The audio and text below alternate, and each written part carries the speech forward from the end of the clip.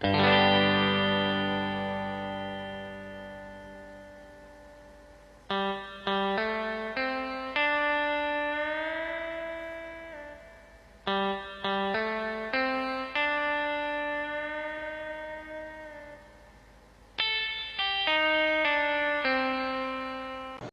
warahmatullahi wabarakatuh. Perkenalkan, nama saya Ayu Irawan dengan NPM 2341113.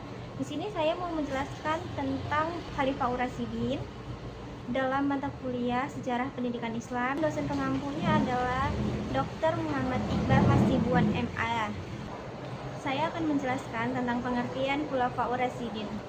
Khulafa Ur-Rasyidin berarti pemimpin yang menggantikan kedudukan pemimpin sebelumnya dengan menunjukkan sikap yang cerdas, jujur, dan amanah dengan tugas sebagai pemimpin agama juga sekaligus sebagai pemimpin pemerintahan.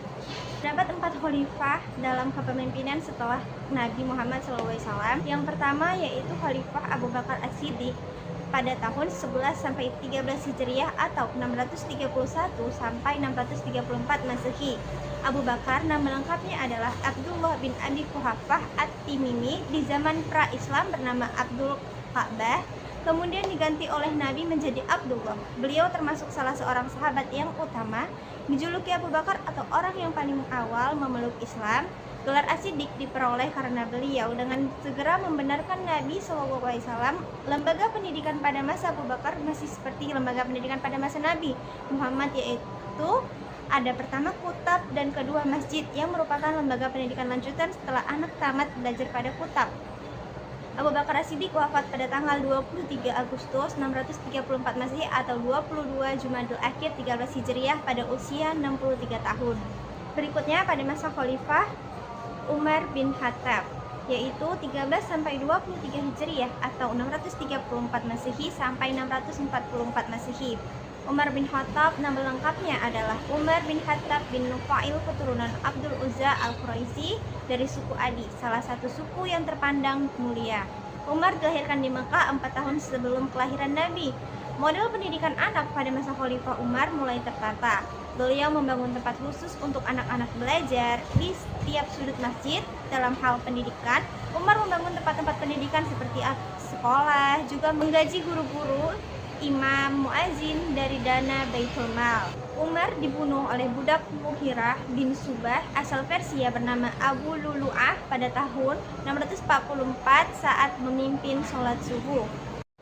Selanjutnya, masa kekhalifahan ketiga yang dipimpin oleh Khalifah Utsman bin Affan pada tahun 23 sampai 35 Hijriah atau 644 sampai 656 Masehi. Utsman bin Affan nama lengkapnya adalah Utsman bin Affan bin Abil As bin Umayyah dari suku Quraisy. Beliau memeluk Islam karena ajakan Abu Bakar dan menjadi salah seorang sahabat dekat Nabi SAW. Utsman ibnu Affan terkenal sebagai orang yang berbudi pekerti luhur, sangat pemalu, dermawan, lemah lembut, penuh kasih sayang, pemaaf, selalu berprasangka baik, bersikap toleransi, paling baik bergaul dengan orang lain, lapang dada, lagi sabar, paling kuat menjaga hubungan kekerabatan, dan terlalu lemah serta tunduk kepada keluarga. Utsman ibn Affan diangkat menjadi khalifah menjelang usia 70 tahun. Model pendidikan pada masa Utsman lebih merakyat. 6 tahun pertama Khalifah Utsman, pendidikan Islam mengalami perkembangan yang kemajuan yang sangat pesat. Sedangkan pada 6 tahun terakhir masa pemerintahan Khalifah Utsman, pendidikan Islam tidak mengalami kemajuan. Utsman bin Affan wafat pada tanggal 18 Zulhijjah 35 Hijriah atau 656 Masehi karena dibunuh oleh rumahnya yang dikepung oleh sekelompok pemberontak yang tidak puas dengan kebijakan pemerintahannya. Ia meninggal dunia pada usia 82 tahun saat sedang membaca mushaf Al-Quran. Selanjutnya khalifah keempat yaitu Ali bin Abi Thalib tahun 35 sampai 40 Hijriah atau 656 sampai 661 Masehi. Khalifah Ali bin Abi Thalib merupakan keturunan Bani Hashim yang juga merupakan sepupu dan menantu Nabi. Beliau lahir di Mekah pada tahun 603 Masehi. Sebagian kaum muslimin menginginkan Ali bin Abi Thalib naik menjadi khalifah keempat. Pada mulanya Ali menolak, tapi akhirnya mau menerima setelah mendapat desakan dari sebagian kaum muslimin. Naiknya Ali menjadi khalifah tidak disetujui oleh Bani Umayyah yang merupakan keluarga terdekat dari Khalifah Utsman. Pada masa Khalifah Ali bin Abi Thalib itu, kota pemerintah dipindah ke Kufah. Pada masa itu, Khalifah Ali bin Abi Thalib mengurus masalah politik dan pemerintah, sedangkan Abdullah bin Mas'ud mengurus masalah pendidikan agama Islam.